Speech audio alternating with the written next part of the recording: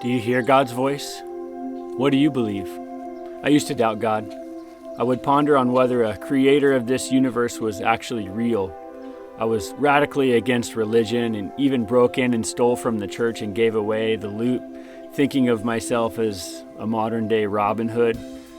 I was so wrong. I now have no doubt that God is real and speaks to us all, but I don't attribute my confidence in my faith to knowledge alone. In fact, the most wise and educated could come to me with their presumed facts and logic that there is no God, and they would not sway me. Not because I'm more wise than they are, but because I've seen God work wonders in my life and in others through my simple and imperfect faith.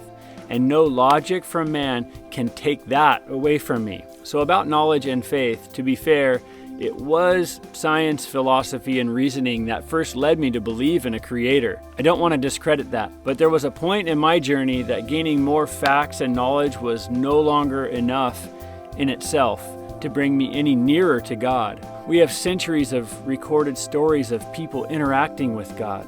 The Bible that we can read today is comprised of mostly stories of people who were present with God and talked with God.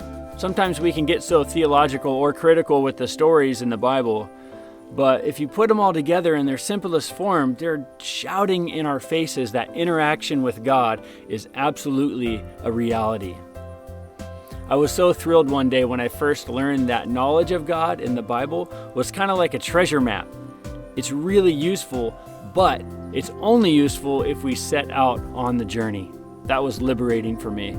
Scoffers could tell me all their reasonings and wisdoms and facts as they study this treasure map and could say so eloquently in their wisdom that there is in fact no treasure. But I've found some of the treasures, and so have many others.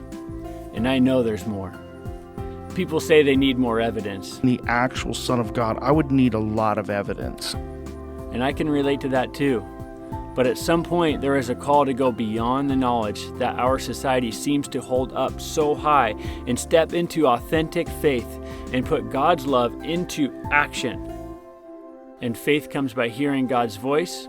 So what better way to grow in faith than to grow in hearing the voice of your Creator and to understand His love language? I want to go on that journey more myself, so much more. And so I'm inviting you to join me. I've got a long way to go. But in what little I have gone out beyond my comfort zone, God has honored tremendously. I've recorded one of those miraculous stories. I'll put a link to that here. Please watch that if you haven't yet. If you want to join me, please subscribe and hit the notification button as well to make sure you don't miss upcoming content. Okay, and now for the little nugget of wisdom that has blessed me so much in the past. This is a piece of the map that you get to now test and see for yourself on your own adventure. I hope it blesses you. The opening question was, do you hear God's voice? And I'd love to encourage you that, yes, you do, and you already have.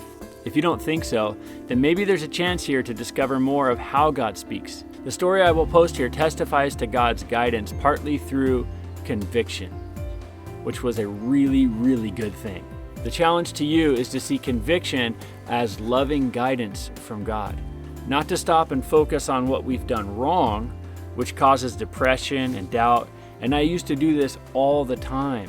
I would get caught up in what I did wrong and just continually thinking about those things. We can realize what we've done wrong, but then continue the process and focus in on what is the good thing to do in its place. Conviction is hearing from God. It's not condemnation, it's guidance. Please chew on that, and may your mind and heart be renewed as you take any negative thoughts captive and turn your attention to what God is saying that is good. This is a daily habit that you can build and get better at and start to recognize, oh no, I'm focusing on the negative things and what I did wrong, but I'm going to focus on what is the right way to go, what is the good thing, what is the way of love. You've got this. Until next time, peace, grace, and aloha.